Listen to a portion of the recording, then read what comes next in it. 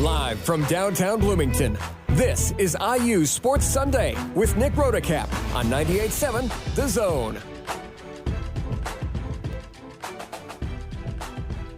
Good morning and welcome inside the 98.7 The Zone studio in Bloomington. Nick Rodacap with you. This is IU Sports Sunday. It is the second Sunday in February, and there's a certain NFL football game going on tonight, but we've got plenty of things to talk about between now and then. I am neither a Seahawks nor a Patriots fan, and I guess if I had to pick one team, it would certainly not be the Patriots, given that I was raised as a Colts fan. But as far as IU basketball goes, well, if I was in the selection committee, I would certainly now pick them to be in the NCAA tournament, maybe as one of the last four teams in, but still in the field after one of the weirdest, most uncomfortable, hair-raising, cardiac wins in a while for this men's basketball team, beating Wisconsin yesterday 78-77 in overtime, despite not making a field goal for about the final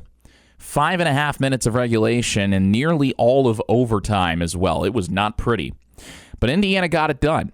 And now the Hoosiers have won 4 of their last 5 games, and believe it or not, they have positioned themselves quite well to hear their names called on Selection Sunday, which I guess a couple months ago, if you told me, I most certainly would not believe.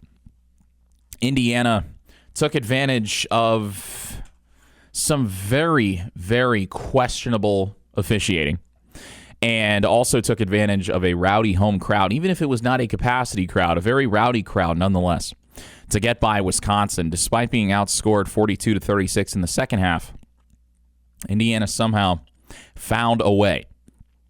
And for the Hoosiers, they are now 16-8, 7-6 in the Big Ten Conference standings. And you feel like for Indiana, that was a win that they really needed, coming off a tough loss to USC in the back half of the road trip out west. They went 1-1.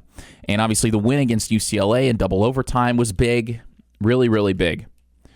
But then to fall flat against USC, everybody besides Lamar Wilkerson went cold.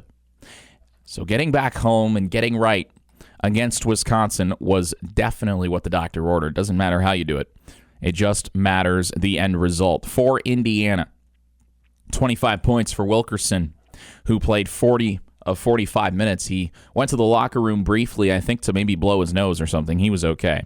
Sam Alexis had a huge game for Indiana, 34 minutes for the Indiana big man, 19 points, 7 rebounds, one off his season high with 5 blocks. Alexis was fantastic. He was 19 points on 9 of 10 shooting, made his only free throw as part of an and one. Alexis really frustrated Wisconsin guard Nick Boyd. Boyd averaging about 20 points per game. He had 20 points in 41 minutes on 7 of 19 shooting. To his credit, he started very cold from the floor. He hit an early 3, kind of shushed the crowd a little bit.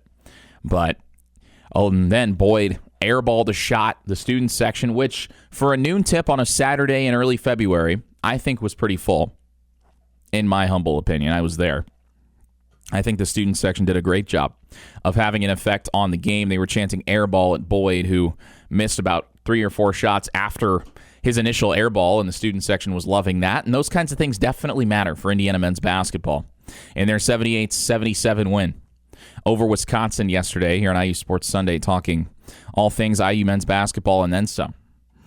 And Nick Boyd ultimately got his, and you figured he would. The guy who averages well into double figures, you're not really going to stop him. You're just hoping that you can contain him and kind of limit his impact. And Indiana was able to do that, even though Boyd finished the game 5 of 6 from downtown. He scored 20 points on 19 total shot attempts.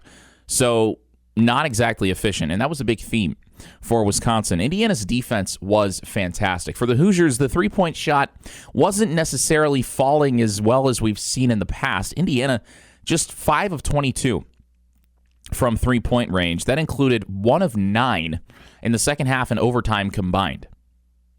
Indiana 4 of 13 in the first half, but it was not pretty for Indiana offensively. Lamar Wilkerson made his first 3 and then missed his next 7 to close the game. But Wilkerson still found a way to affect the game, to score in the paint. And that's something that I think a lot of people were kind of begging Indiana to do earlier in the season when the three-point shots weren't falling, even though they were beating lesser teams. You think of the likes of Incarnate Word, Lindenwood. I mean, shoot, even Kansas State. Around that time in November, Indiana would have these games where the three-point shot wouldn't fall, but they wouldn't adjust. And Darren DeVries, the Indiana head coach, his philosophy was, well, you guys got to keep shooting them because we're a three-point shooting team. And I think a lot of people are saying, well, okay, it's fine if you're going to play 5 out. If you're a bit of a smaller team, that's okay. But you need to be able to pivot at some point. And last night, or I guess yesterday afternoon, we saw Indiana able to pivot. Lots of points in the paint for the Hoosiers. 44 of their 78 points scored in the paint. And Lamar Wilkerson kind of led the charge there. His three-point shot wasn't falling, but he found a way to adjust and still lead Indiana with 25 points. Also, Sam Alexis had a phenomenal game. Alexis was huge for Indiana. Absolutely huge. Played 34 minutes to Reed Bailey's 11. Alexis in the post, 7 rebounds, mentioned 5 blocks. Indiana as a team, 9 blocked shots for a team that averages less than 3 blocks per game. That was absolutely a massive determining factor in this game for Indiana, the ability to protect the rim. Wisconsin mentioned the efficiency was not there. The efficiency was absolutely not there for the Badgers. And I think that the early cold start for Wisconsin was huge for Indiana to build that advantage in the first half. Indiana led by as much as 14 in that first half, and it wasn't because the offense was just raining down baskets, shot after shot after shot, possession after possession. It was because the defense was so good, forcing Wisconsin into either late shot clock situations, really bad looks, or both at the same time. That was kind of the theme early on. Indiana led 26-12. Wisconsin had to call an early timeout. The crowd was loud. The crowd was really loud, even though the arena was not full, even though Assembly Hall was not full. We saw the balcony, unfortunately, especially on the student side, mostly empty. But the crowd that was there brought a good amount of energy. And that's what this team needs. Darren DeVries has talked about it. He talked about it after the Purdue game, how important it is for these Indiana fans to be loud because the players feed off of it. And you could see that yesterday. I don't think anybody embodied that more than Connor Enright for Indiana. You think about the last few years under Mike Woodson, there was one player that I have in my mind in particular who made a lot of hustle plays, who made plays that didn't necessarily show up in the box score, but absolutely had an impact on the game. And for me, that player was Anthony Leal. Leal, not necessarily a scorer, but known for his defense, known for his effort, diving on loose balls, hustling for rebounds, things like that. And I feel like Connor Enright has taken over that role. Sam Alexis has too, I think. I mean, you saw that yesterday. Alexis was all over, especially when the offense went cold. No made field goals in the final 5.5 minutes. But Alexis was playing phenomenal defense inside, and he was making sure that Wisconsin didn't have any easy baskets at the rim. And I think that was huge for Indiana. But Connor Enright yesterday played a phenomenal game. He played 39 of 45 minutes. Tucker DeVries played all 45. Those two former teammates of Drake. And DeVries didn't necessarily light it up. He was very efficient, though. Very efficient. 16 points on 5 of 10 shooting, 3 of 7 from deep. And for DeVries, 8 rebounds to go along with 2 blocks and an assist as well. So, very efficient for Tucker DeVries. Now, he was averaging over 20 points per game early in the season. That pace maybe not sustainable for DeVries, but he absolutely still found ways to impact the game. And again, that's kind of what we talked about with Wilkerson, where even if plan A isn't working, Indiana needed to find ways to adjust, and Wilkerson did that. DeVries did that. Connor Enright, not a pure scorer necessarily or a pure rebounder. He's known for his assists. He's top 10 nationally in assist-to-turnover ratio. So not only does he facilitate, but he's also smart with the basketball. And Enright, once again, yesterday, showed that he could do that. We know that he can do that. But he also added so much more to yesterday's game. Early on, late shot clock, Indiana's offense out of sorts. Nothing's working. Enright is forced near the sideline as the shot clock expires. And what does he do other than chuck up a fall-away desperation three that somehow goes in from about 35 feet out with a hand in his face as the shot clock horn sounds? I don't know how he did it, but he did. And then on the other end, he draws a charge that we'll get to the charge in a little bit. But Enright goes down, draws a charge, and then back on the Indiana offensive end of the floor, he finds Josiah Miles in the lane for a wide-open dunk. So, desperation three, draws an offensive foul, assists on a dunk. I mean, those are the kinds of things. Connor Enright will do whatever it takes for this team to win. And I will admit that earlier on in the season, I don't know if I went on record and said this, but I was absolutely thinking to myself, man, I don't know about Connor Enright being in this starting rotation. I don't know if he is a Power 5 caliber player. I thought wrong. He has absolutely proven his worth more than is necessary for Indiana men's basketball. In their 78-77 overtime win over Wisconsin yesterday, Nick Rotocap with you here on IU Sports Sunday. Enright, 11 points for him, 4 rebounds, 6 assists, and no turnovers. Again, that's what he does. Top 10 nationally, over 3.5 assists per turnover. He does this kind of thing all the time. He's just smart with the ball. He's just really smart with the ball. And that intelligence, I think, kind of carries over into other aspects of his game. Absolutely it does for Enright. And also, I think, an understated part of his performance yesterday, because you think about that sequence I talked about just a moment ago. Desperation three with the shot clock reading double zeros, draws a charge, finds Miles for a dunk. Those kinds of plays in quick succession, like we saw yesterday, get the crowd going. They get the crowd going. And Indiana, I mentioned they led by as much as 14. Enright then picked up a second foul with about 14 minutes gone in the first half. So inside 7 minutes to go until halftime. Enright had to sit because he had picked up 2 fouls. And Wisconsin in that time, before halftime, cut the deficit from 14 points to 6. So I wrote down in my notes that it's going to be absolutely critical for Enright to stay out of foul trouble in the second half. Because as soon as he went off the floor, Wisconsin had an easier time scoring. And again, you talk about ways that impact winning that don't necessarily show up on the box score. Enright's defense, Enright being part of that defensive unit for Indiana, that held Wisconsin, a team averaging 83 points per game on 45% shooting, held the Badgers well under those marks, 30 points on 32% shooting in the first half. You needed Enright to be on the floor in the final 20 minutes of regulation, and, as we would come to see, overtime as well. And Enright, the rest of the game, second half and overtime combined, only fouled once. And that was huge. That was huge for Indiana, just having Enright on the floor once again. And then, of course, in overtime, Connor Enright made, for my money and for the money of the selection committee, likely one of the biggest plays of the season for Indiana so far. I mean, you think about the Trent Sisley game-winning free throw against UCLA to get that game. And then Enright drawing a charge yesterday in overtime to give Indiana possession inside 20 seconds to go and give the Hoosiers a chance to win the game, which ultimately they did, after another foul sent Lamar Wilkerson to the free throw line. So, was it a block or a charge? Wisconsin fans will tell you that it was a charge. Or excuse me, that it was a block. It was not a charge. And if you haven't seen the play, I recommend actually watching it because it's kind of difficult for me to describe. 30 seconds left, Wisconsin was leading Indiana by 1.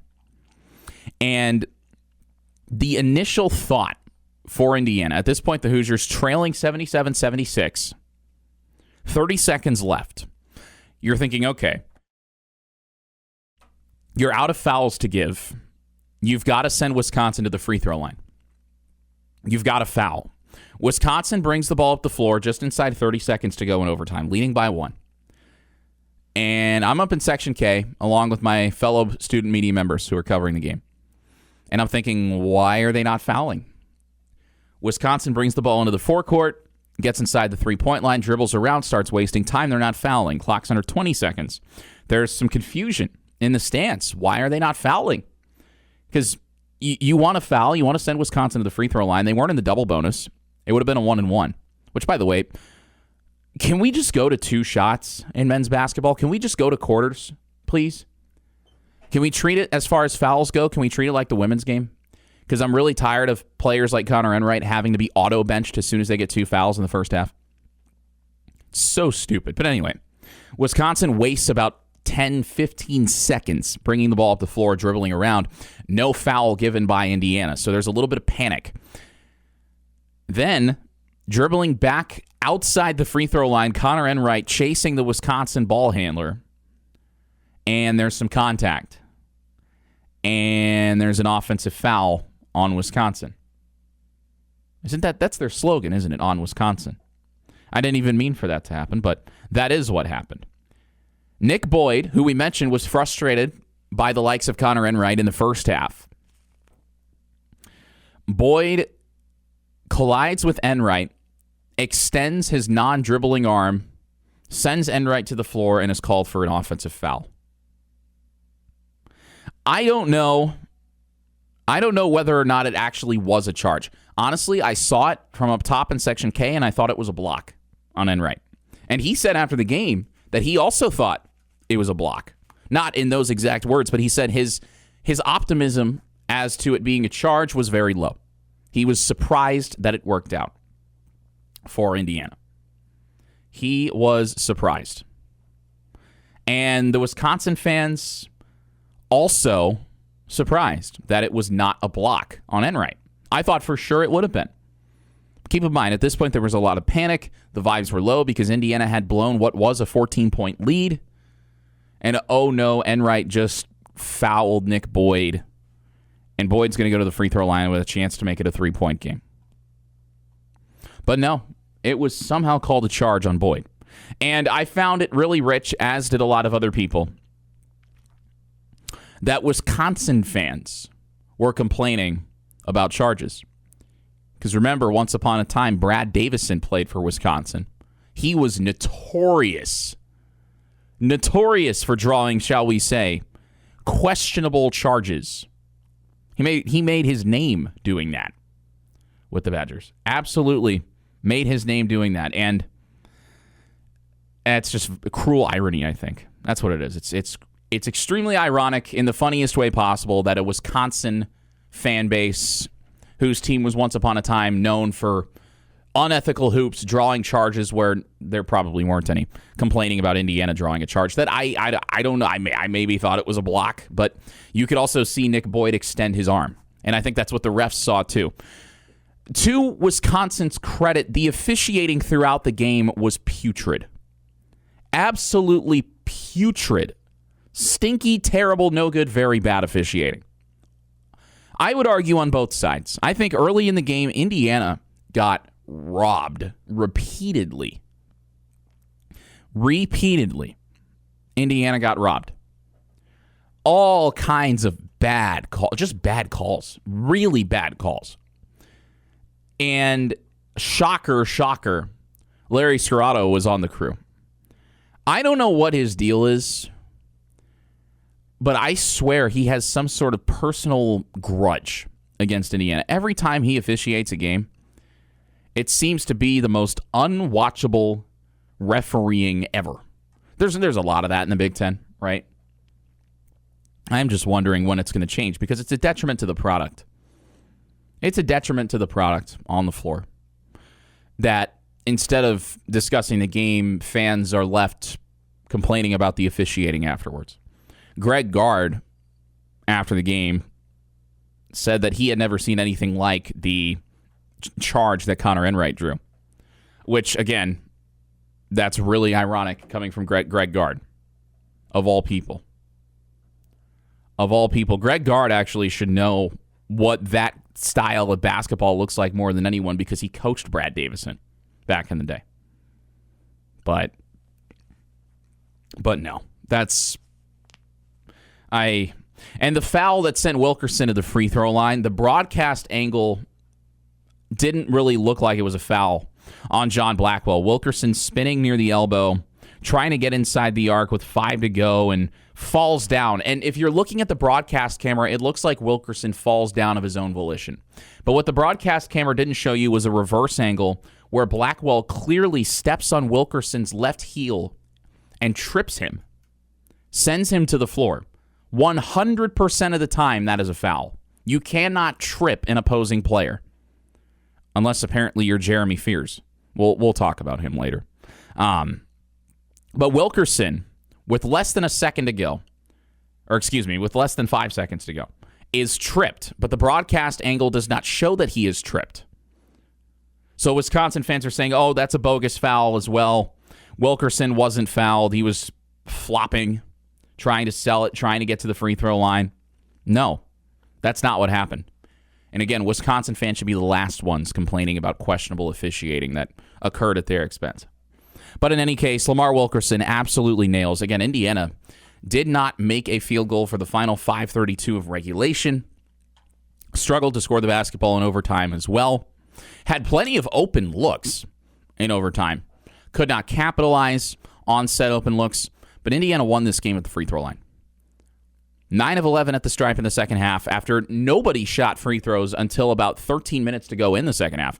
Indiana 9 of 11 from the stripe in the second half and a crucial 4 of 4 in overtime. All of those made free throws in the bonus period coming courtesy of Lamar Wilkerson. 8 of 8 at the free throw line for him. He has been phenomenal. And again, you think of him sometimes as a sharpshooter, but he is a true 3-level scorer, Lamar Wilkerson. And yesterday, it was in the paint and at the free throw line that he won the game for Indiana offensively. Wilkerson, over his last 4 games, Indiana has won 3 of 4. Beating Purdue, beating UCLA in double overtime, losing to USC, and then beating Wisconsin yesterday. Wilkerson, in that time, has missed 2 free throws. He has attempted 24. He has attempted 24 free throws in Indiana's last 4 games, and he has missed 2. Dating back to the start of January, Wilkerson has missed 4 free throw attempts. You think about the problems that Indiana had under Mike Woodson at the free throw line. Last year as a team, Indiana shot 73% from the stripe. Lamar Wilkerson, 88% at the free throw line this year, 83 of 94. None bigger than the 8 free throws he made in the second half and overtime yesterday. Massive for Indiana. And oh, by the way, the Hoosiers as a team, 79% from the free throw line this year, 6 percentage points better than they were a year ago. That's big. That's big. Indiana struggled to score from the floor in the latter stages of yesterday's game. They found a way, though, to still end possessions with points when they had to. What a win. What a gritty win for Indiana. A lot of those lately. 2 of their last 3 games, gritty overtime wins. Ugly. Blown late leads? Sure, absolutely. And we'll get to that. But a win is a win. And in the Big Ten, we know winning basketball games is anything but easy. Indiana found a way. And now they are decidedly on the right side of the NCAA tournament bubble, which is big. Really big. Credit to Darren DeVries, credit to these players for not turning on each other, not quitting, persevering through the tough stuff. You're starting to see them reap the rewards of that. Absolutely you are right now. Indiana men's basketball, big overtime win over Wisconsin. We'll talk that and more right after this. You're listening to IU Sports Sunday on 98.7 The Zone. Back here on IU Sports Sunday, Nick Rotacap with you. Thanks so much for joining us on this second Sunday in February. And, oh boy, I graduate in 3 months, which is terrifying. Terrifying, but hopefully in that time we will be hot on the heels of an NCAA tournament run for Indiana men's basketball, perhaps, dare I say. Indiana has played itself onto the right side of the bubble after an overtime win over Wisconsin yesterday. Hoosiers back above 500 in league play once again. They had done so after beating UCLA this time last week, but dipped down to pedestrian with that loss to USC, which was a very ugly loss. But Indiana did a nice job of weathering the storm yesterday. Again, Hoosiers led by double digits in the first half and in the second half as well. But Wisconsin just hung in there. And you figured Wisconsin would hang in there. That's a team that averages over 80 points per game. You're not going to keep them down forever. And Wisconsin did it largely just by knocking down threes in the second half. 6 of 14 in the second half after going 6 of 20 from deep in the first half. So they took a lot of shots in the first half. Didn't make them. And that's also a credit to Indiana's defense. Indiana's defense was fantastic in the first half yesterday. Lapsed a little bit in the second half, gave up 42 points, while Indiana scored just 36, which led to the Badgers actually taking the lead late in the second half, and then ultimately us being tied at 72 going into overtime. Wisconsin had a ton of extra chances yesterday. I think the rebounding was a problem for Indiana. The Hoosiers gave up 14 offensive rebounds. 14 offensive boards to Wisconsin. They grabbed 11 offensive rebounds of their own. Yes, they did. But if you're giving up 14 offensive rebounds, that's a lot of extra chances. And Wisconsin was creating good looks on those second and sometimes even third chances. They just weren't converting on them in the first half. And I actually tweeted at halftime, or around halftime, that Wisconsin, I think at that time, had 7 offensive rebounds and had only scored 2 second chance points. So only 1 second chance bucket out of 7 potential chances. That was going to be pivotal in the second half. You definitely felt like Wisconsin was going to start converting on those extra opportunities, and they did in the second half. Those offensive rebounds, Darren DeVries talked about it a little bit after the game and said, well, a lot of those offensive rebounds were long rebounds. They came after missed three-point shots, and what Indiana was doing, usually you talk about crashing the glass, right? But for Indiana yesterday, the problem at times was they were collapsing on the paint after a three, which, I mean, you've got to know, you've got to be wary. I mean, I haven't played competitive basketball since I was maybe 8 years old because I just didn't enjoy playing it, which I know being from Indiana sounds like blasphemy, right? But in any case, even I know somebody shoots a three, it's likely that there's going to be a longer rebound, right? That's not rocket science. The ball goes in with more force, it comes out with more force. That's, like middle school physics, I guess. I don't know. It's been a while since I've been in middle school. Maybe they've changed things since then. But if there's a longer shot, there's going to be a longer rebound. And one of the mistakes that Indiana made, according to head coach Darren DeVries yesterday, was simply that they were collapsing too hard on the rim after three-point jump shots, which in turn left Wisconsin in better position to not only grab the offensive rebound, but then, because Indiana had to spread back out defensively, it created a lot more open looks following those missed threes. Wisconsin, though, did not do a good job of converting on those in the first half. But they did in the second half. And again, you didn't think that they were going to be held to 32.4% shooting from the floor for the entire game. The Badgers nearly 50% in the second half. 46.7%, 14 of 30 shooting, included 6 of 14 from 3, and a perfect 8 of 8 at the free throw line for Wisconsin. And again, neither team shot a free throw until nearly halfway through the second half, which was very surprising because of the poor officiating in the game. But it definitely turned into a whistle fest, which again is unfortunate.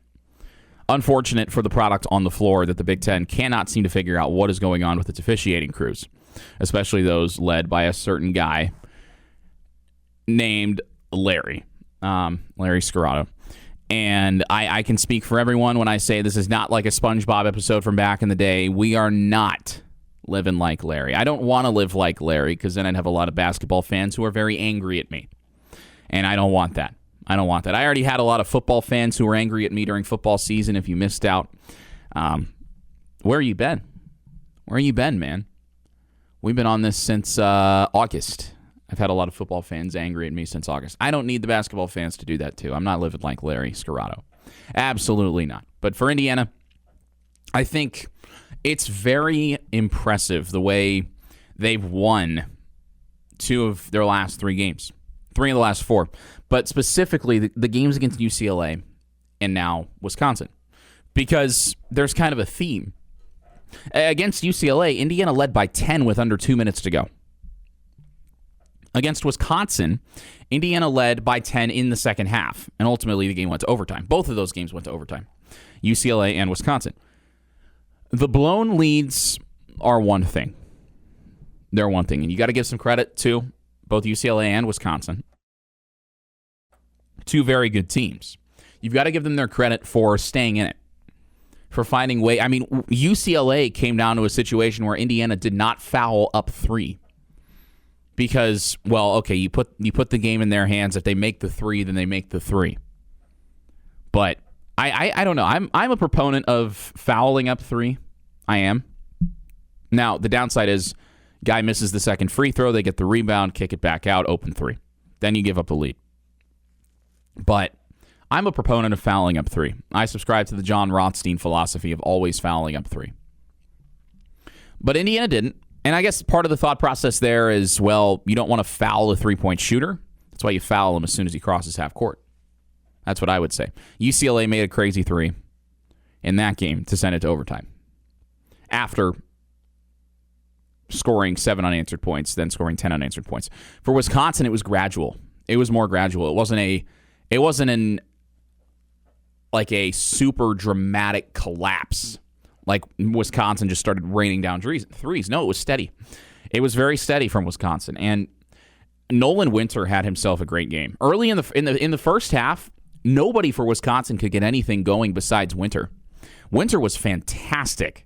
39 minutes for him, and we've heard his name throughout the last few years for Greg Gard's Wisconsin teams. He led all scorers in this game with 26 points on very efficient 9 of 13 shooting, to go along with 12 rebounds and 2 blocks for Nolan Winter, the 7-footer for the Badgers. Nick Boyd, by contrast, not efficient, scoring his 20 points. We mentioned him earlier. 20 points on 19 shot attempts. No. That's not efficient. Nolan Winter was very efficient yesterday. 26 points on 13 shots, 12 rebounds, easy double-double for him. In the first half, he was really the only one keeping Wisconsin even remotely close, and he deserves a ton of props. He deserves a ton of props for his performance yesterday. Winter also made 2 critical free throws to give Wisconsin the 77-76 lead in the final 30 seconds prior to Connor Enright drawing a charge. And then ultimately Indiana, Lamar Wilkerson getting tripped and then making the game-winning free throws. Which, yes, Wisconsin fans, it is illegal to trip an opposing player. I don't care if the broadcast doesn't show the first angle and you automatically make a snap judgment that, oh, no, it's the wrong call. No, it was the right call. You can't step on an opposing player's ankle unless you're Jeremy Fears, which I think somebody needs to step in and suspend him. And I'm completely serious. Jeremy Fears, I don't know how well many people around Bloomington or around the Midwest remember Grayson Allen from Duke. And I say that because I remember growing up, and even now I go back and I watch YouTube compilations of different basketball plays, right? Every once in a while you'll stumble upon like a dirtiest plays compilation, and it seems like half the video is just Grayson Allen tripping people.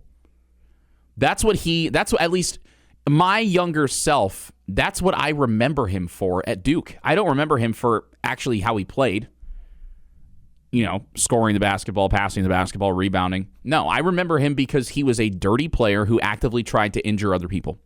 And that's the same kind of thing that I think now about Jeremy Fears. Jeremy Fears, multiple occasions, multiple opponents, over multiple weeks now, tripping people, just outright tripping people, kicking them, dirty stuff. And nobody's doing anything about it. I mean, yesterday he trips a guy in the Illinois game, in the Michigan State-Illinois game. He did it against Minnesota earlier this week, or I guess late last week, I should say. Michigan State playing Minnesota and losing, by the way, to Minnesota. Niko Medved, man. Minnesota, I mean, and they gave Indiana problems at the barn. Weird things happen at the barn. They do. Jeremy Fears intentionally trying to injure other people should not be on that list. But he had 3 or 4 plays against Minnesota that were just straight up dirty, like should be flagrant fouls, should be resulting in him getting ejected from the game. And I think if Tom Izzo had any sort of spine when it comes to this, he would just bench him for a full game. Send a message, because if you don't bench him, Tom Izzo, talking about Jeremy Fears intentionally tripping people, jeopardizing the safety of other players on the floor, somebody is going to get hurt. Somebody is absolutely going to get hurt. Absolutely going to get hurt. It seems inevitable, right?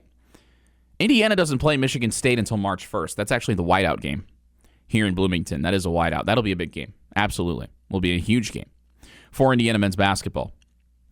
And if I believe, it's not Senior Day. Senior Day is on a Wednesday against Minnesota. Michigan State is the game before Senior Day. And then Indiana closes the regular season on the road at Ohio State in about a month. So Jeremy Fears needs to be put in timeout. He is turning into the Grayson Allen of the Big Ten, and that is not a compliment. Not a compliment whatsoever that Jeremy Fears is turning into Grayson Allen. What I am optimistic for is that somebody reprimands him before Michigan State comes to Bloomington at the turn of the calendar when we enter the month of March. That is what I'm hoping for, because if he is not reprimanded by then, or if he does not change his actions, somebody is going to get hurt, and it's going to be very bad for all parties involved, because we've seen this happening now for a couple of weeks. But Indiana, quick turnaround. Quick turnaround for Indiana men's basketball. They've got Oregon coming into town on Monday night. That is an 8:30 tip, which, I mean, it's bad, but at least it's not USC at 10 p.m. on a Tuesday bad. I know the bar is on the floor. My goodness. We knew that there was probably going to be some of this with the Big Ten expanding, but I didn't think it was going to be this bad. Did not think it was going to be this bad. Oregon is a sneaky team. I know it's like, okay, they've lost now 9 in a row. Oregon 8-15 on the season, 1-11 in Big Ten play. Ouch. They lost to Rutgers. Now, I know, classic Big Ten rivalry, Oregon-Rutgers, separated by a mere probably 3,000 miles. But Oregon has not had a lot of fun in Big Ten play this season. They've dealt with injuries to key players. You remember a year ago, Jackson Shellstad, Nate Biddle. Biddle missed a lot of time. Shellstad is still out with an injury. And Nate Biddle just came back really yesterday into the fold. In Oregon's close loss, they lost 68-64 at Purdue. Biddle scored 23 points, had 5 rebounds, but was just 1 of 8 from downtown. Nate Biddle, the Oregon big man who looks like he's maybe 23 going on 57. He's got a bald spot, which I guess that's what playing for Dana Altman does to you. I don't know. But Oregon is a sneaky team, and they almost beat Purdue yesterday. Purdue is, I don't know. I really don't know. Purdue fans seem to have given up on this team because the players seem to have given up. Braden Smith has a podcast. Purdue fans don't like that. To be fair, as a Colts fan, I'm very familiar with the my player has a podcast while playing subpar at his chosen profession line of thinking, because it happened with Zaire Franklin, the Colts linebacker, who was doing his podcast after the Colts lost to a horrible Giants team either last year or 2 years ago. It was terrible. Terrible. I don't think it's a good idea for players to have podcasts during the season. I think it divides your focus. And especially right now, in the final month of the regular season in the Big Ten, when your team is on a skid, Braden Smith, I'm looking at you. You should not be worried about doing a freaking podcast instead of playing basketball. Knowing for Purdue, one, Braden Smith, this is your last year. This is Trey Kaufman-Wren's last season, Fletcher Lawyer's last season. This might be your last chance to win a title, at least with the current guard. Braden Smith yesterday for Purdue against Oregon, and this is significant. Indiana plays Oregon on Monday, and then ultimately they'll go up to West Lafayette here in not too long either. That's 2 games down the road. Coming up a week from this coming Friday, Indiana heads to West Lafayette very shortly. Braden Smith yesterday, you think back to him against Indiana at Assembly Hall. He didn't play well because he's never played well at Assembly Hall. Smith, 38 minutes, 13 points on 5 of 12 shooting, 4 rebounds, 4 assists. But here's the kicker, 6 turnovers for Braden Smith. It's not very often you see a point guard who is capable of what he is capable of have more turnovers than assists. But that is what Braden Smith did yesterday. Yet, his focus seems to still be divided between playing basketball and doing a podcast, which as a basketball player with NBA aspirations, I know he's undersized. And if he was 6'3", 6'4", he might be the greatest point guard since Steph Curry. I don't know. But what I do know is it seems like that is somewhat detrimental to the Purdue men's basketball team, which only beat a scuffling, struggling, floundering Oregon team by 4 points at home. Oregon has not had a good season. I would expect Indiana to handle that game, but also it's a late tip on a Monday, and they've been dealing with some illness around the locker room. Yesterday, Tatum Connerway had to be sent home from school because he was sick. He showed up in street clothes, big puffer jacket, walking around like he just got hit with a ton of bricks in the face. And then ultimately, before the game, one of the assistants sends him home. Says, hey, get out of here. That was why Tatum Connerway didn't play yesterday. He was ill. He wasn't on the injury report. He was ill. And they, shocker, right? Traveling coast to coast to play basketball. Short rest, different time zones every day. It's going to have an impact on anybody's body, especially college athletes, I think. The load management, it's not there. It's not like in the NBA. You can't rest. Every game matters. You can't sit out. There are no back-to-backs, obviously, in college. Please, Big Ten, don't change that. But I absolutely think that the travel is proving detrimental to the health of these student athletes. Because Indiana had a lot of guys who were sick at some point over the last week or so. And, again, Tatum Connerway had been dealing with a leg injury, an ankle injury, I believe, and then just gets sent home because of an illness yesterday. But Indiana found a way. And now they shift their focus ahead to Oregon, and then a big, big game against Illinois in Champaign a week from today at 1 o'clock on CBS. But Indiana men's basketball, a lot of positives. A lot of positives, 1-3 of 4, making their push to be an at-large NCAA tournament team, or maybe make a run in the Big Ten tournament. But Indiana, as of now, decidedly in the NCAA tournament field after a 78-77 overtime win over Wisconsin. You're listening to IU Sports Sunday on 98.7 The Zone. Back here on IU Sports Sunday, Nick Rotacap with you. Indiana women's basketball has finally won, not one, but 2 Big Ten games. Please clap, I know. Oh, it's been a tough season for them. Very tough season for them, but to their credit, they finally won a conference game this time last week. I was on the call on Big Ten Plus as they beat Northwestern. That was weird, man. That was a weird game. It looked like a blowout football score at the end of the first quarter. At one point it was 28-3, and yes, I made an Atlanta Falcons joke. Sorry, Falcons fans. Another Super Bowl without your team having a chance to win. You haven't been back there since 28-3.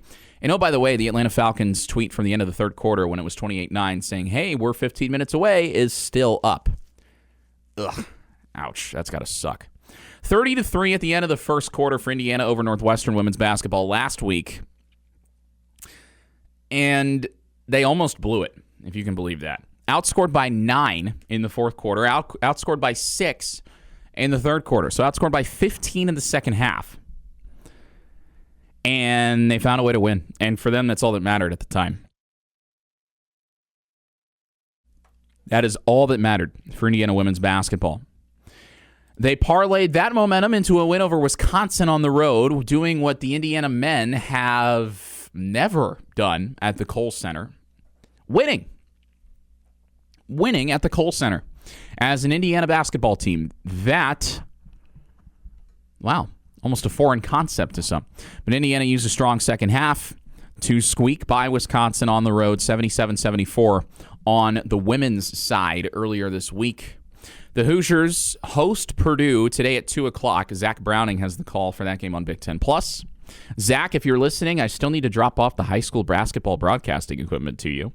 Maybe I'll just leave it courtside at the hall later today. I don't know. I have a credential I can get in. I'll just drop it off and leave. Nothing suspicious about that, I say sarcastically. But Indiana women's basketball hosts Purdue today at 2 o'clock. And if you think back a couple weeks ago, Indiana went to West Lafayette. That was right after a big old snowstorm.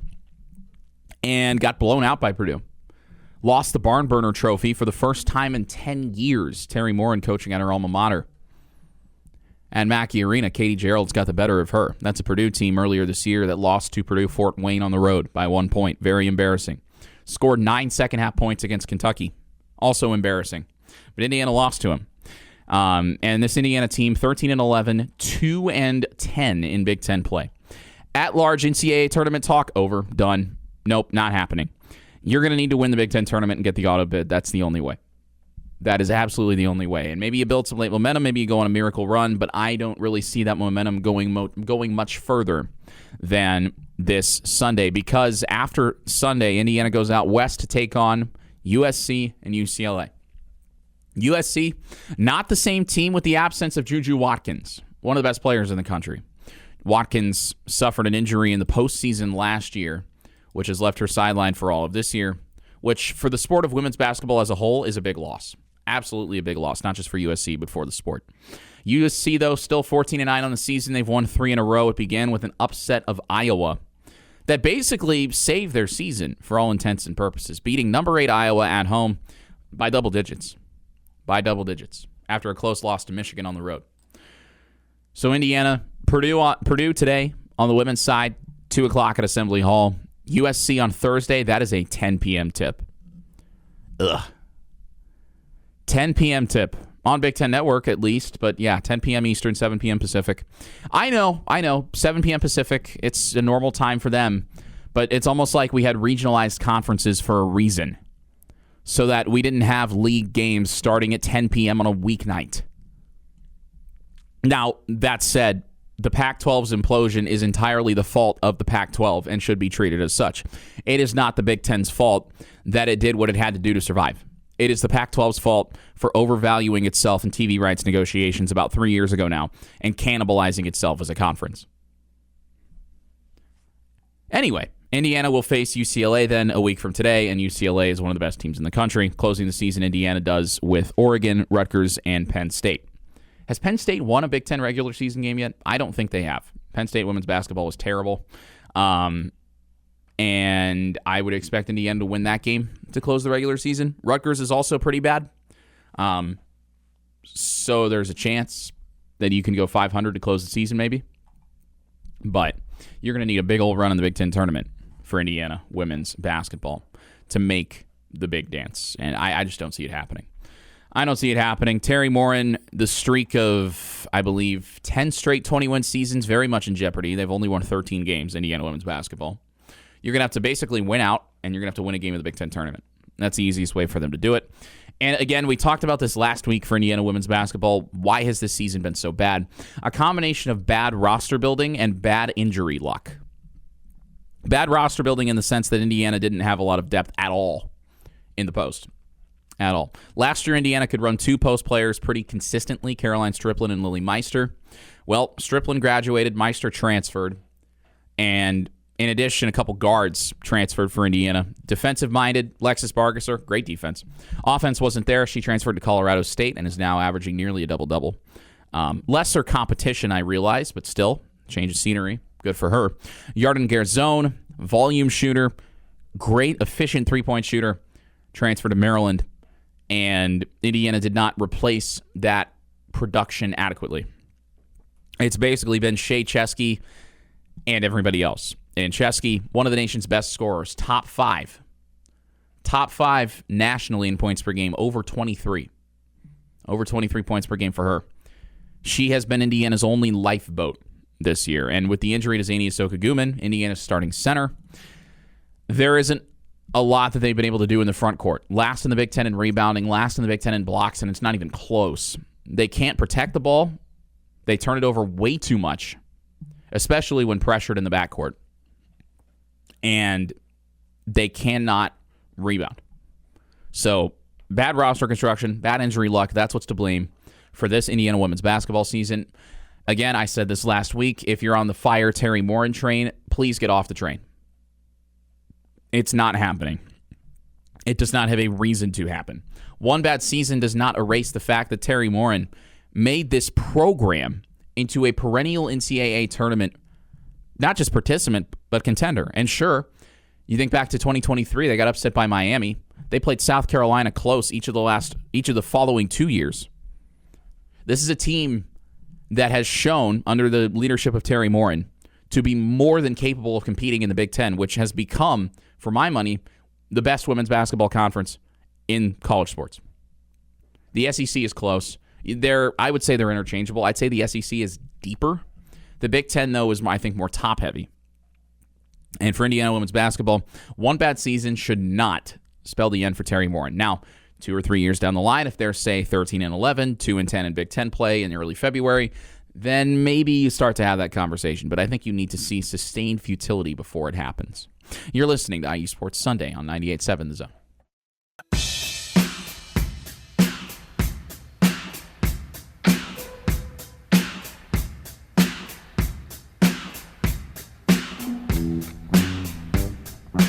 Back here on IU Sports Sunday, Nick Rotocap with you. Hour number 2 as we roll on this second Sunday in February. And, of course, that means the Super Bowl is today. And if you ask me, I'm rooting for the Meteor. Mostly because I hate the Patriots. And also, one of my roommates is a San Francisco 49ers fan. And so he cannot bear the thought of the Seahawks winning a Super Bowl in Santa Clara. He absolutely cannot bear it. So, because partly of him, I am rooting for the Meteor. Although it would be nice if the Seahawks won because I think Sam Darnold has a cool story. I do. And as someone who was raised a Colts fan, no, I will never root for the Patriots. As much as I like Drake May, no, I'm not rooting for the Patriots.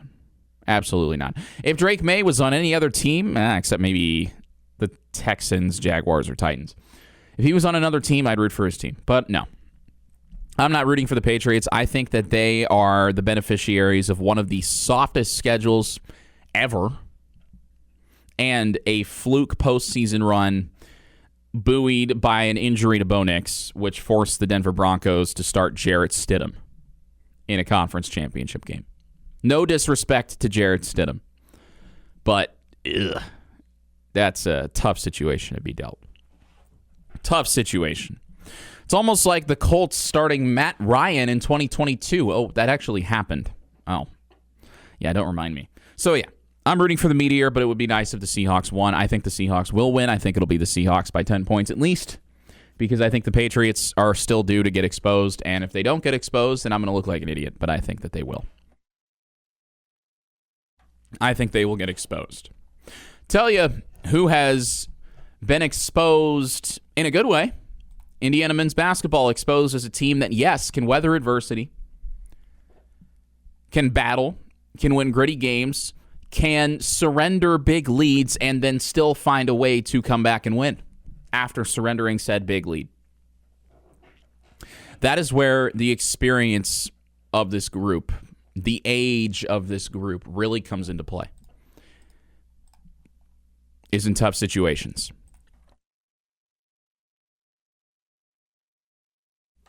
This Indiana men's basketball team yesterday, 78-77 winners in overtime over Wisconsin. 7-6 in the Big Ten, 16-8 overall for Indiana. Hosting Oregon on Monday night, followed by a trip to Illinois to take on Keaton Wagler and the Illini. The Illini just lost to Michigan State on the road yesterday.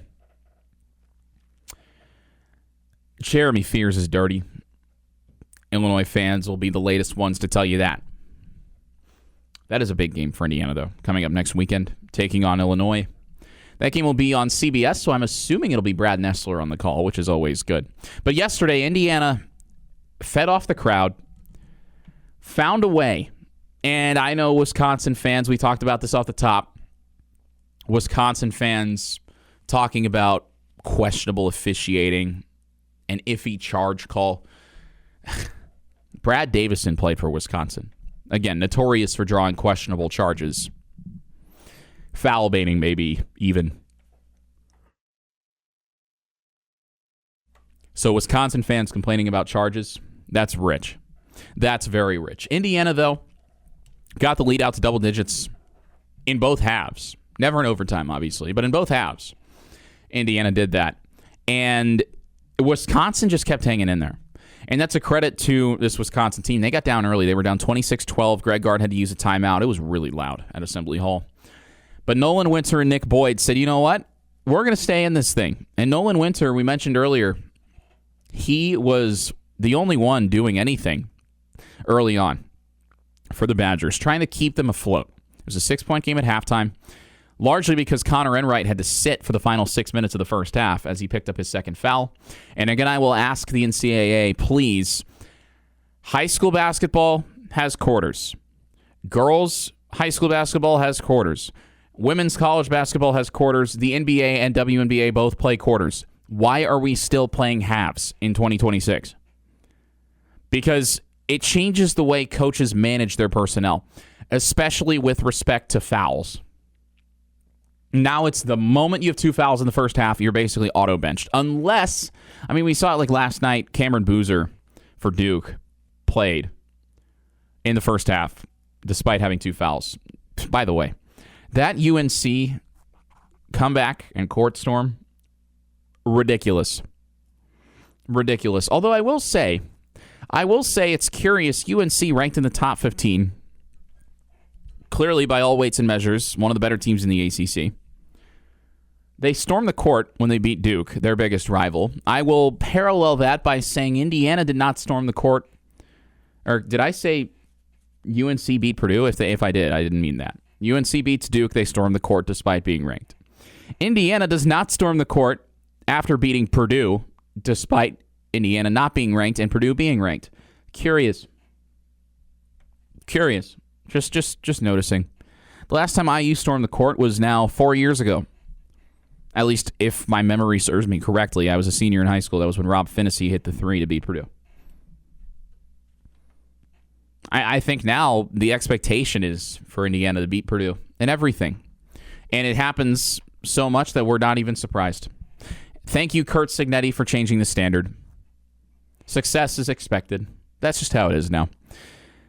No, in all seriousness, those kids in Chapel Hill deserve to party. I bet some of them are still celebrating and they haven't slept, and good for them. I've been there.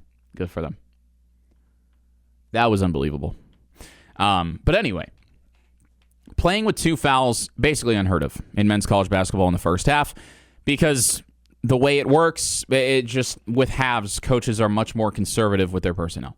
And it's unfortunate for the game, because call me crazy if you want, I think that a team should be able to have its best players on the floor at all times. I just do. And I think that men's college basketball needs to go to quarters. I don't know why they haven't, other than maybe money. Because do you get more TV? I think you get more TV timeouts with halves than you do with quarters. I should know that. I've called enough women's games. It feels like there are more breaks in men's college basketball, so it's probably by design. But as a media member, I know, right? Ads are what maybe will one day sign a big paycheck for me. I understand that. But as a college sports fan, as a college basketball fan, as a neutral spectator of games beyond Indiana, it is annoying.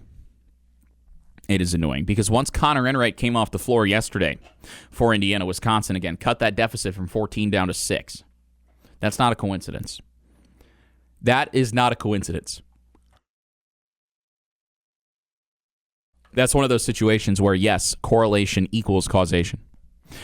Indiana, though, again, this has been a theme over the last now 8 days. Indiana playing a pair of overtime games, the double overtime win over UCLA, and then, of course, yesterday's win in 1 overtime against Wisconsin. Finding ways to refocus and recenter after giving up a lead. Indiana led by double digits in the second half yesterday. It wasn't 10 points with 1:50 to go like it was against UCLA, but it was a double-digit second-half lead. And slowly but surely, Wisconsin, again, they didn't shoot well from 3 on the game. 12 for 36. That's right at 33%. Not great. Not great by any means, but Wisconsin 6 of 14 from 3 in the second half. That's 43%, and 8 of 8 at the free throw line. They made buckets when they needed them to stay in the game after getting down. Every time Indiana had a chance for a kill shot, yeah, there were some open looks. There were some ill-advised passes for Indiana, but Wisconsin turned those opportunities into points. They needed buckets. They got them. They sent the game to overtime. But Indiana refocused, and Connor Enright talked about how, yeah, this is a veteran group. This is a team that, obviously, they don't want to blow leads, but they know that they can't point fingers. They can't blame each other. They can't scream at each other in the huddle. That doesn't accomplish anything. Infighting never works. Usually it only makes the death spiral bigger. I mean, how many times did we see that with Mike Woodson's teams? I remember a pair of times like that last season under Mike Woodson for Indiana. I drove all the way to Nebraska. I drove all the way to Iowa to call those games for IU Student Radio. And I remember, especially against Iowa, once Indiana got down, they just resigned themselves. They on the bench, the body language, the facial expressions, the mannerisms, they gave up. They didn't care. It looked like a situation where last year, if they got down, oh well, we're getting paid. Doesn't matter. It's fine. Money's in my bank account. I'm making 6 figures, 7 figures. Look, Indiana had their problems last year. And I'm really glad that this year we don't have a situation like we did, say, with Umar Ballo before Winthrop. I don't know if many people remember this. You might. It was a Sunday afternoon game. Indiana was playing Winthrop late December. If I remember right, it was over Christmas break. I called that game, and I get to Assembly Hall. I'm doing any last-minute updates to my notes, and I look on Twitter, and I see a picture of Umar Ballo at Upstairs with a certain blue-colored drink in his hand. If you know, you know. Oh, is that from last night? Oh, that's from last night. Oh, let's look at the starting lineup. Why is Langdon Hatton starting over Umar Ballo? Because Indiana's $2 million center went out drinking the night before a game. I don't care if it's Winthrop. Respect Logan Duncombe, first of all. Second of all, I don't care who the opponent is. Don't go out drinking the night before a game. It is not rocket science to know that alcohol has adverse effects on your cognitive function. Not just when it is consumed, but also after, depending on how much you consume. I know Umar Ballo's a big guy. One drink probably isn't going to wipe him out. But it's the principle. It's the principle. I'm really glad we haven't had a situation like that, knock on wood, with Indiana men's basketball this year. Celebrate after you win, not before. I'm glad that we don't have a situation like that. I'm glad we don't have situations where Indiana men's basketball gets down or they blow a lead and then they start infighting, they start screaming at each other, or they just give up on the bench and they don't care. I'm glad that we have a team here in Bloomington now, under head coach Darren DeVries, that stays true to its philosophy, stays and weathers the storm, keeps fighting, perseveres. That's what it should be. That's what it should be. And we've seen that now, time and time again. I mean, this run, winning 3 of 4. Shoot, even go back to the Rutgers game. That game was never in doubt because that is what good teams should do to subpar teams. And I know you're applauding them for beating a bad team. Yes, because Indiana, I mean, shoot, you think back a couple of years ago. Indiana went to Jersey Mike's Arena and lost. It was like 57-49 or something. I'm paraphrasing a little bit.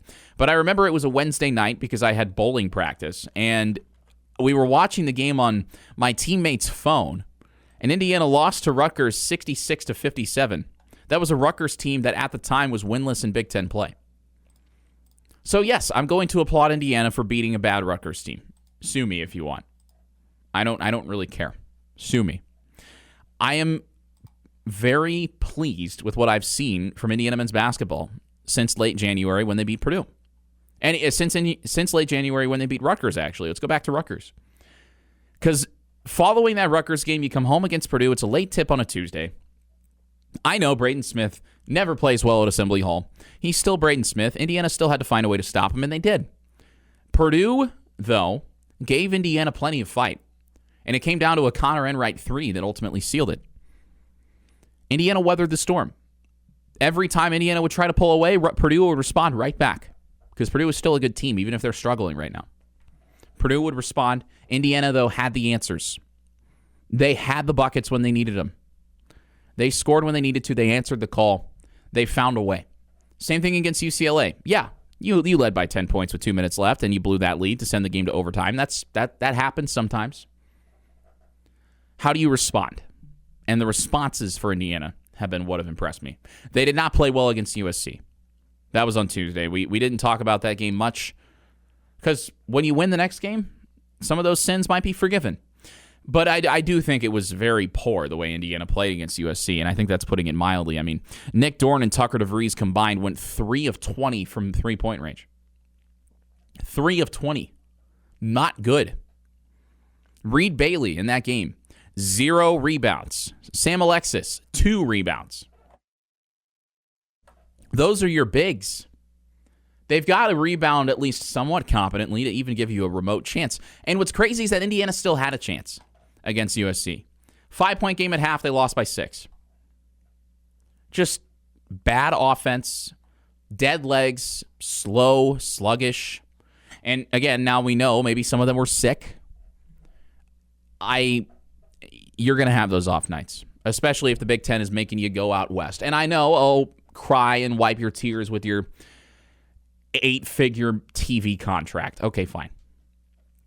But Indiana responded, feeding off the crowd. Connor Enright getting him fired up early. Desperation, shot clock expiring, circus three-pointer. Followed by drawing a charge. Followed by finding Josiah Miles in the lane for a dunk. Those are the kinds of sequences that energize a crowd, and that has a snowball effect. That absolutely has a snowball effect. We saw it yesterday. Nick Boyd struggled for Wisconsin. Yes, he scored 20 points, but it took him 19 shots to do it. Indiana's defense was great. IU basketball fans love when you give effort on defense. We've seen that now a few times this year. Exemplified again yesterday. If you give good effort, if you hustle, you play hard, you dive on the floor for loose balls, you fight, the fans are going to respond. That's what we saw yesterday. I know Assembly Hall wasn't full, and that's a discussion for another time. Why did the students not show up? Well, it was a noon tip on a Saturday. College kids tend to sleep in. I guess a lot of them, plus there was a bar crawl yesterday. Kids walking around Bloomington dressed up in hot dog suits, going from bar to bar. I maybe I'm in the minority on this. I have never participated in a bar crawl because I'm usually busy with these sorts of things on weekends. I don't understand the novelty because going out and drinking, even in a college town like Bloomington, it's so expensive. It's so expensive. And I know there are plenty of IU kids from New Jersey or Connecticut with lots of money that isn't their money. It's daddy's credit card. I get that. But holy smokes, man. It seems like every other weekend there's a bar crawl. It's either kids dressed in banana suits or hot dog suits. And I'm not saying that college kids can't have fun. I am a college kid myself. I'm 22. I get it. Kids want to have fun. I'm just thinking, isn't it cheaper to maybe just have some drinks with your friends? Like at your apartment or something? Oh, you don't want to go outside. That's boring. Maybe I'm boring. But I'm betting a lot of kids were either like, no, I'm going to the bar crawl. Or, oh, yeah, I'll watch the game at upstairs, but I'm not going. It's cold. I don't want to line up at 7 a.m., which is early for college kids. I made the mistake of taking a 9:35 class Monday, Wednesday. This is the earliest I've ever had a class. 9:45 my freshman year, but 9:35. Skipping it looks really appealing sometimes. I will not lie. I'm more productive later in the day. And I think a lot of kids yesterday were maybe thinking, man, it's really cold. It's a noon tip. I don't want to go. That's why you saw the balcony so empty. But the fans that were there, the fans that drank their coffee, the fans that showed up, drove down from Indy maybe, drove up, say, from Evansville, maybe Louisville, made the trip. They absolutely played a huge part for Indiana yesterday. Indiana fans love good effort. Sam Alexis also showed that. I keep mentioning Connor Enright. Sam Alexis was great yesterday, except for that one pass where he threw it to Casper, the friendly ghost, in the third row. But outside of that, Alexis was fantastic, especially in the second half. 19 points, 7 rebounds, 5 blocks, one off his season high in blocks. He was such a game changer for Indiana. I mean, I saw a little bit of Trace Jackson Davis in him yesterday. Just his ability to score down low. Seemingly at will. He could score anywhere in the post with no problem. That was what made it so fun to watch, was just Alexis just going to work in the final few minutes. In that second half, when Indiana started to go cold, Alexis said, okay, give me the rock. Let me go to work. Or, alternatively, let me start a block party. Because he was just everywhere. He was everywhere. Indiana as a team had 9 blocks yesterday, and 5 of them came from Sam Alexis. Alexis probably gets the game ball. Absolutely. He and Connor Enright both, though, affected winning in ways beyond the box score. And that was huge for Indiana. Because you never saw the effort let up. Sure, there were some boneheaded decisions, right?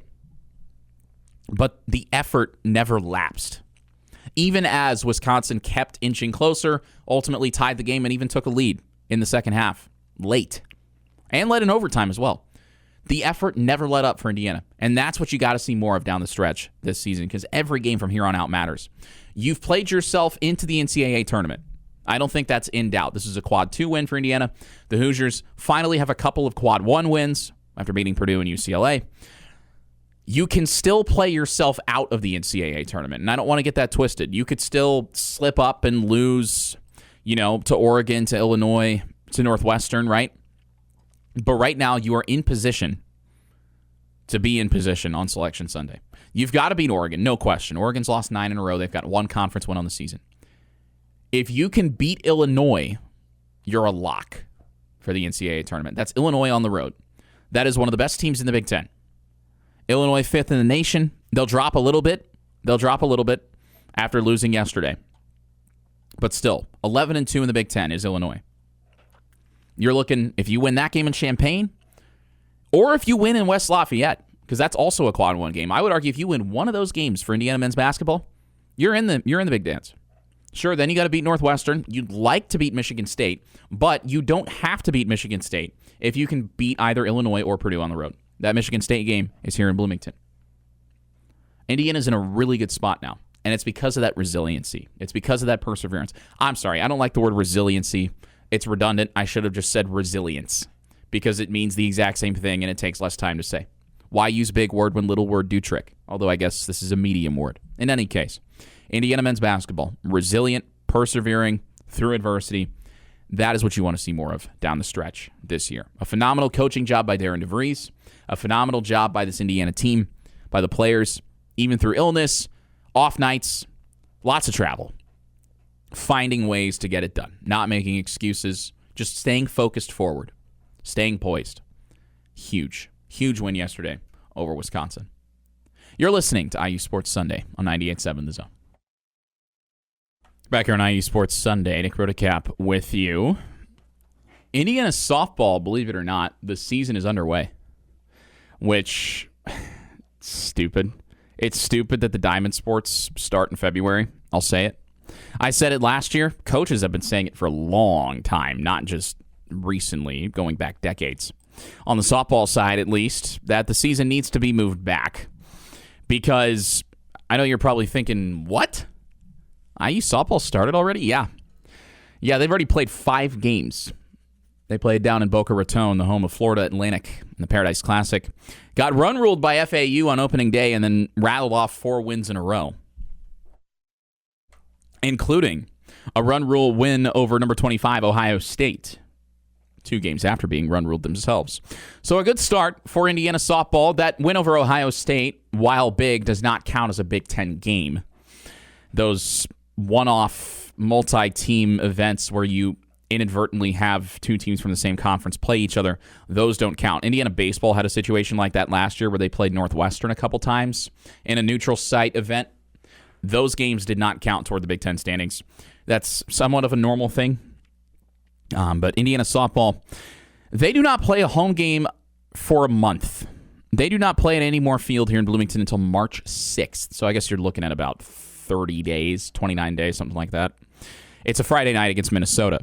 And I think there's a very good chance even that game against Minnesota on March 6th is very unpleasant weather-wise. It's not at all uncommon here in Bloomington, at least in the time that I've been here covering the Diamond Sports, specifically baseball, which goes back to 2023.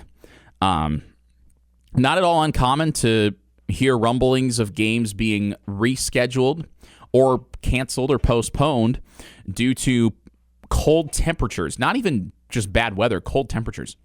Because usually if the wind chill is around or below freezing, they won't play. And why would you?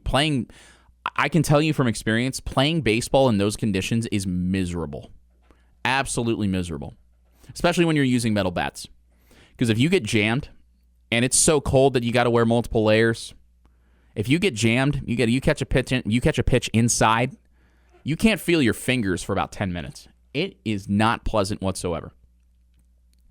And I remember last year, this was a topic of discussion in the softball world. For the life of me, I can't remember her name, and I want to get her name right. Missouri's softball coach, Larissa Anderson. She was beating the drum on this last year, saying, yeah, it's a disadvantage for teams further north when the season starts in February, because it's not just that you have to play away from home, it's that you have to practice indoors. You can't get true live reps. And I think that's the most important thing for all these teams. It is far from a problem that is unique to Indiana. I'll be the first to tell you that. I mean, we saw a winter storm down in Greenville, Tennessee, which is about an hour and a half east of Knoxville, about a week ago. NASCAR was supposed to race at Bowman Gray Stadium down in North Carolina. They had to postpone the race by multiple days because of a winter storm down in North Carolina. This is not unique to Indiana at all. But you look around the northern half of the country, and generally speaking, the schools that play the diamond sports in the northern half of the country have to spend a bulk of February, the early part of the season, down south, because that's the only part of the country where it's even remotely warm enough to actually play. So not only do they have to practice indoors when they're at home, but then they have to play neutral site events on the road. They have to spend a ton of money on travel. They spend a ton of time away from campus, not even remotely close to their part of the country, let alone their state, their city, right? And it's detrimental. It's detrimental to the teams. It is a disservice to the teams and to the fans as well. Because I understand that you need things to, at least in theory, coincide with the academic calendar. But I feel like the precedent has already been set with respect to football that nobody cares about the academic calendar, because if we did care about the academic calendar in college sports, then the college football season would be over on New Year's Day. But instead, not only have we dragged it out into January, we're actually dragging it further into January this year. Or I guess next year. Next season. The season will end even later than it did this year. And this year it ended on January 19th in Miami. Next year, the semifinals won't even be until the week of January 13th and 14th, when the semifinals are played. January 13th and 14th, which will in turn push the national championship somewhere into the realm of around January 24th. It's really late. Really, really late next year. It'll be January 25th, the last Monday of January next year. So stop pretending that we care about the academic calendar in college sports, because we don't. Think about it. If a player is, say, on a national championship participant, not even on a national championship winning team, maybe even a team that makes the semis, right? Because those are the second full week of January. On a team that makes the semis, and they want to transfer, by the time their football season is over and they go to their new school, said new school will be multiple weeks into the spring semester. That's not sustainable. How are you supposed to, one, even register for classes? Because a lot of the upper level classes, for example, junior, senior level classes, those fill up pretty quickly. And I know, the term student athlete is largely dead now anyway. I'm not gonna pretend to be naive about that. They're not student athletes anymore. They're athlete students, and they have been since they started getting paid. I mean, I had a class with multiple men's basketball players last spring, and I've told this story before. I had a class with Ja'Kai Newton and Mackenzie Mbako. I guess I can say their names because they're gone now.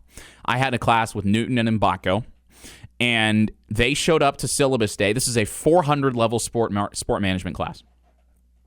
They showed up on the first day without backpacks, and then they did not show up again for the rest of the semester until Ja'Kai Newton was in a project group that I was working with in this particular class. And we had a presentation where every person was supposed to do a little bit, and we would present our slides. So Ja'Kai Newton did not make any slides. He showed up on presentation day, and he turned his back to the class, read directly off the slideshow, and lost our group an entire letter grade in the process, including me. Even though I did more than my fair share.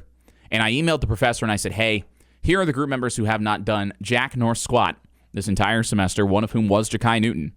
But somehow I lost points for that. And I know I sound like a teacher's pet. I get it. Like, oh, these people, they're not doing their work in a group project. Yes, that's the point.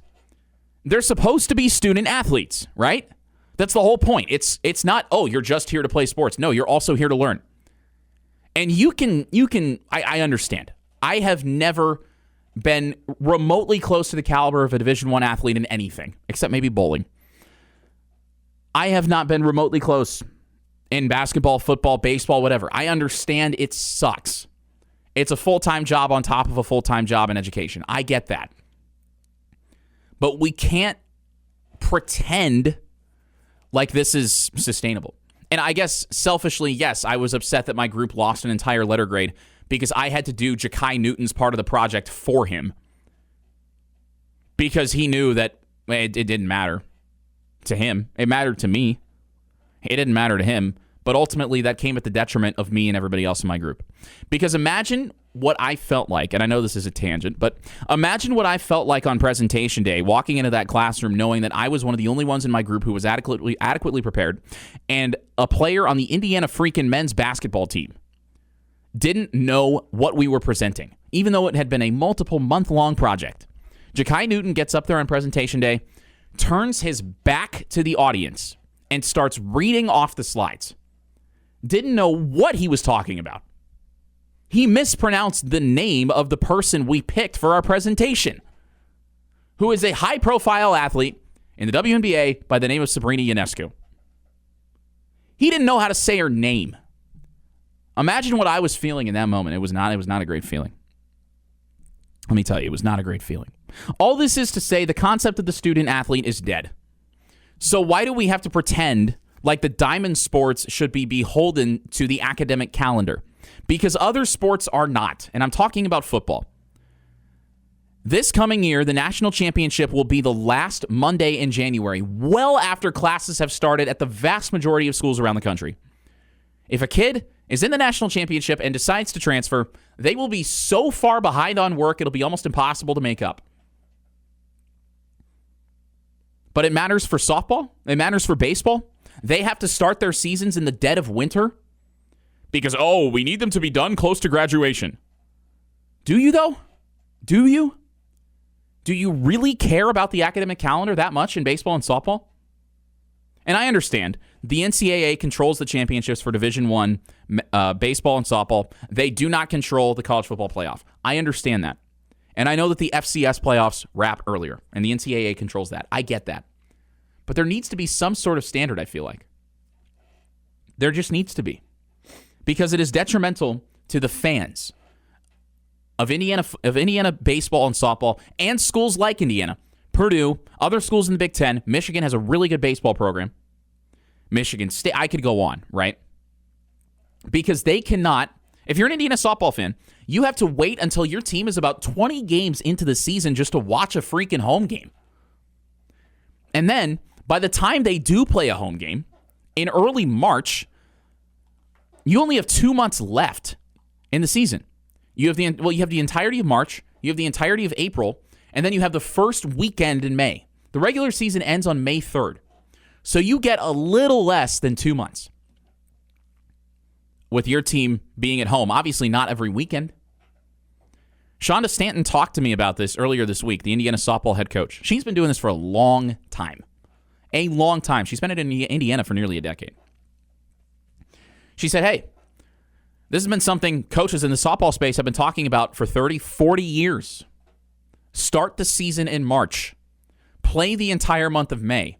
Not just because we don't have to then spend a month on the road to start the year, but also because you get more opportunities for your fans to come watch you in weather that adequately suits the sport of softball. Or on the baseball side, same thing.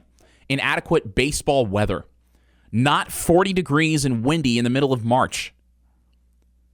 It's not a good experience for anybody. These teams, Indiana baseball and softball both, they have to practice indoors. Indiana softball was practicing indoors last week. Their season started on Thursday, and they were not able to practice outside. Why is practicing outside so important in the diamond sports? Well, I can tell you from experience, you need live reps. You can take all the batting practice rounds in the cages. You can do all the infield work that you want. You can take ground balls. You can't take pop flies indoors. It's not possible. At least not anywhere that I've seen. Not anywhere that I've seen. You hear the term big league pop-up. Where does it come from? It's a ball that goes really high. You can't simulate big league pop-ups. You can't simulate that communication. You cannot replicate that indoors. Even just simulated games, playing against each other, not just the infield, not just live at-bats, but simulated games. Those live reps matter to teams. And I think a big part of why you generally see teams further south succeed in the postseason in NCAA baseball and softball is because they've been practicing outside for longer.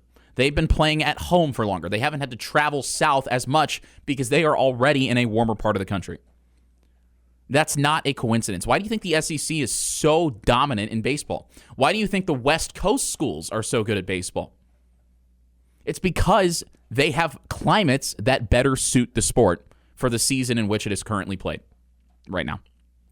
It doesn't have to be this way. Again, with FBS football, which I understand, the championship is not controlled by the NCAA. It's not recognized by the NCAA. I get that. But what I don't get is why we have to pretend like these sports need to still care about the academic calendar when it's so clear that the student-athlete concept as a whole is completely dead. So let's just go all in if we're going to do this. And I understand. NIL money in baseball and softball, pennies compared to what it is in football. I get that as well. But let's stop doing a disservice to the fans and the players of teams that aren't in the South or on the West Coast, specifically in California. Because I understand it's really cold, it's miserable and rainy in Oregon and Washington. I get that. I've been there. Stop doing a disservice to the fans and the players that want to see these teams play. Indiana baseball and softball, believe it or not, they have fans. You don't hear about it a lot, but that's because the Big Ten treats these sports like a freaking joke, especially baseball. Baseball in the Big Ten is a joke. It is. The conference just doesn't care. They put the conference tournament in Omaha, Nebraska. Nobody goes except for Nebraska and Iowa fans. Even if their team is good, nobody wants to go to Omaha for that. And I know the novelty of, you're playing at Charles Schwab Field, the home of the College World Series. That's where the novelty ends, though. At the end of the day, you're playing in an empty stadium, which is very fitting for what the Big Ten thinks of baseball. Move the seasons back to March. Move baseball season back to late March. Jeff Mercer, Indiana baseball's head coach, has talked about how, we play a summer sport in the winter. Stop doing that. You're hurting the players. You're hurting the fans. Give the fans an opportunity to catch a baseball or a softball game, especially softball, in late May. In late May at home. You can do that. It's okay. It's okay. I'm sure these players wouldn't mind being with their teammates past graduation. Hey, here's another opportunity to be with the players that you've worked so hard with to get to this point. I'm sure they wouldn't mind. The coaches certainly wouldn't mind. They've been beating this drum for a while that we need to move the season back. But until then, you're going to have situations like Indiana softball does this year where they don't play a home game until about 20 games into the season, a full calendar month after opening day. And it's unacceptable. It's just unacceptable. It's stupid. And I think it needs to change. And I think it's really easy. You move the softball season back a full month. Baseball season starts very soon as well. Usually it's about 2 weeks later than softball. And for Indiana baseball, their first home game is against Bradley on February 17th. That game is 11 days away, and I've already heard rumors that it's going to get canceled because they cannot clear the snow off Bart Kaufman Field in time. Because they just put down new turf at Bart Kaufman Field prior to this year, you can't just drive snowplows over it. You've got to wait for the snow to melt, and then you've got to wait for the field to dry. We had a massive snowstorm in Bloomington now 2 weeks ago. The snow still hasn't melted. We should get some melting this week. Temperatures will be in the 40s, even the 50s for a little bit this week. The question is, will it melt in time for the field to dry? I don't think the answer is yes. Indiana baseball opens their season on February 13th. That is this Friday in Chapel Hill against North Carolina. And I don't know what the weather's like in North Carolina right now. I can't imagine it's too dissimilar to here because I know they just had a big winter storm. The point is, if we move the season back for baseball, say, to mid-March, that's a full month, just like softball, you're going to do your fans a massive favor because you're going to give them more opportunities to watch your teams in better weather. I can tell you from covering Indiana baseball the last 3 years, you get about a month, if that, of good weather on weekends for fans to come watch their teams at home. The rest of the time, it's miserable. Sub 50 degrees, gloomy, windy, terrible. It's fixable. Just got to move the season back by a month. You're listening to IU Sports Sunday. Back here on IU Sports Sunday, Nick Rotacap with you. Again, I talked about this in the last segment. It's just very silly that the Diamond Sports are starting, and yet again, there's snow on the ground, and we have Indiana games that are already in danger of being canceled because we can't get the snow off the ground. It's stupid, and it's a problem that needs to be fixed, and that is where I will leave that. That is where I will leave that. I've said my piece, and for all I know, I'm streaming at a brick wall, but maybe somebody realizes, wait a minute, we can fix this problem because we don't care about the academic calendar anymore. But no, that's not the current state of affairs, and it's a shame. It is a shame. I'll tell you what, though. Quick turnaround for Indiana men's basketball. They are back in action on Monday against Oregon. The 1976 team will be honored at halftime of that game. The undefeated 1975-76 Indiana men's basketball team, the first of 3 championships won under head coach Bob Knight.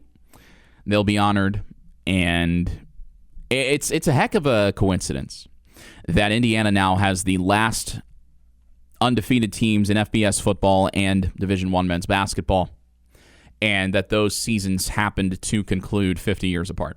I think that's pretty cool. On the topic of Indiana football, we saw a coaching staff change. You know, if you coach a quarterback to the Heisman Trophy and to an undefeated national championship season and to the projected first overall pick in the NFL draft, you're probably going to get some NFL interest. And indeed, that is what happened with Indiana quarterbacks coach Chandler Whitmer. Chandler Whitmer was hired by the Tampa Bay Buccaneers to be their quarterback coach after he held the same position for just 1 year at Indiana. And Whitmer now is headed back to the NFL. He had previously been in the NFL, but now he leaves the college ranks to join the Tampa Bay Buccaneers and coach Baker Mayfield. So, who does Indiana bring back? Well, Tino Sunseri, of course. Indiana brings back Sunseri, the once upon a time quarterbacks coach here in Bloomington. He had left prior to last season to be the offensive coordinator at UCLA and didn't even make it halfway through the year before head coach Deshaun Foster was fired, and then ultimately Sunseri went with him. So, Cignetti says, hey, come on back, Tino. Well, we're happy to have you and that glorious hair back in Bloomington. I, for one, am very excited to have Tino Sunseri back because of what he was able to do for Curtis Rourke in 2024. You know, there's a lot of talk about Lindsey Vonn competing in the Olympics on a torn ACL and how it's crazy. And it absolutely was crazy. Don't get it twisted because the ACL tear took place about a week before she competed. Now, earlier today, she crashed in the women's downhill event and it appeared to be in a lot of pain. And it sucks for her because this is her last Olympics and you were hoping for some kind of fairy tale ending. But unfortunately, there is very rarely a fairy tale ending in sports. Sports are not fair. Sports are often cruel. You will lose more than you win. And nobody knows that better than IU football fans. But what Tino Sunseri was able to do as the quarterback's coach for Indiana in 2024 with Curtis Rourke, on the topic of playing on damaged ACLs, Rourke did that and ended up finishing top 10 in Heisman votes. Took Indiana to its first 11-win season in school history, took them to the college football playoff, played the back half of the year on a broken thumb as well, broken throwing thumb. His thumb was gross after that injury against Nebraska. It was disgusting. And they tried to keep it under wraps, but you could see the pictures, and man, it was bad. But I'm really excited to see what Tino Sunseri can do mentoring Josh Hoover because Indiana's position coaches and the assistants have been so critical to the success of this team. Curt Cignetti talks about how he's pretty hands-off. He establishes the vision, but by and large, it's the position coaches and the assistants that do the heavy lifting on a day-to-day. And Josh Hoover coming in, very experienced, very productive quarterback, transferring in from TCU. Was initially committed to Indiana 5 years ago under the previous coaching staff. Comes back now for one final go-around at the college level, and I am very excited. Should be a very good pairing with Sunseri and Hoover. that should be fun. Unfortunate that Chandler Whitmer is leaving, but again, you coach a Heisman Trophy winner, first overall pick. You develop a guy who had the tools but didn't have the right situation into that first overall pick. Of course, the NFL is going to come calling, and I think Whitmer would be doing himself a disservice if he did not take the chance. So good for Chandler Whitmer. Congratulations to him. And I know IU people far and wide will be forever thankful for what he was able to do for Fernando Mendoza. And for Alberto as well. I think Alberto transferring to Georgia Tech, that's a great fit for him. It's unfortunate that Alberto didn't stick around, but I mean, at some point you knew he was going to want to start, and realistically for Indiana, that would not happen until 2027. I think there's still a chance Alberto Mendoza comes back for 2027, gets a year at Georgia Tech, shows what he can do as a starter, and if Curt Cignetti likes it, then yeah, maybe he brings him in for 27. I could see that. But very happy that Alberto Mendoza landed at a good spot. I'm also very happy, the same for Chandler Whitmer, because I think Baker Mayfield, again, one of those guys who, just like Sam Darnold playing in the Super Bowl later today, I think it's not always the player that's the problem. And for Baker Mayfield, I mean, he was playing scout team defensive end in Carolina after being cast off from the Cleveland Browns, which was a whole other situation in and of itself. Mayfield takes the Browns to the playoffs, which Browns playoffs, same sentence. That doesn't happen very often, but somehow Cleveland said, Baker, actually, you're the problem. Maybe that was Odell Beckham Jr.'s dad's fault. I don't know. OBJ is now almost broke because he's blown through tens of millions of dollars in career earnings. Ugh, yikes. But in any case, Baker Mayfield, good quarterback. Tampa Bay, good organization. Chandler Whitmer landing on his feet and then some, earning that promotion to the NFL. De facto promotion, I guess, after coaching Fernando Mendoza to the Heisman Trophy.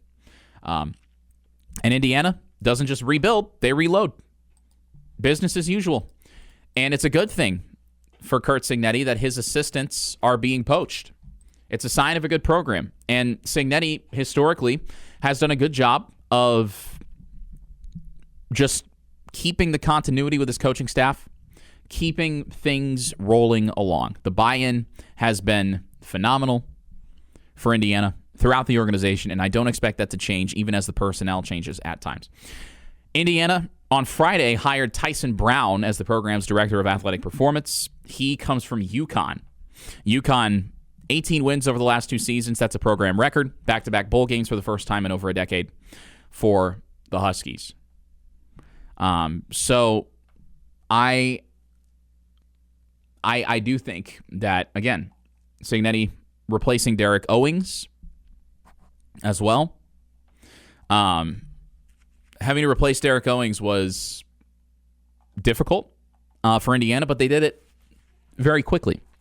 And Cignetti did it with a guy who worked for him at Elon. So that's the kind of continuity I'm talking about. I think Indiana fans, might be a little bit concerning Derek Owings is gone because he was such a big reason why Indiana stayed so healthy over the last 2 seasons, but I think they'll be fine moving forward. I think Tino Sunseri being back is also big for Indiana. Huge that Indiana just got him back, saying, oh, hey, you want to come back to Bloomington? Okay, sure, great, instead of having to go out and look for a new guy. That's going to do it for this edition of IU Sports Sunday. Super Bowl tonight, 6:30. Seahawks, Patriots, and if you're from Indiana, chances are you're not rooting for the Patriots. I am right there with you. Give me the Seahawks by 10 or more points, although don't put money on it. I'm not a gambling man. I'm not a gambling man whatsoever. I want to see Sam Darnold finish that redemption arc. And then the Seahawks, oh man, I don't remember his name, but one of the Seahawks assistants got hired by the Raiders as their new head coach. Clint Kubiak, there we go, offensive coordinator. That's going to be a great fit for Fernando Mendoza. Really excited when he gets selected by the Raiders. And I will say I will be one of the first in line to buy Fernando Mendoza's Raiders jersey when he gets selected in April. Super Bowl coming up this evening. If you're going to a celebration, please don't drink and drive going home. It's not worth it. Not worth it. Don't put your own life at risk. Don't put others' lives at risk. Be smart, be safe, enjoy the Super Bowl, and enjoy the rest of your Sunday. You've been listening to IU Sports Sunday on 98.7 The Zone.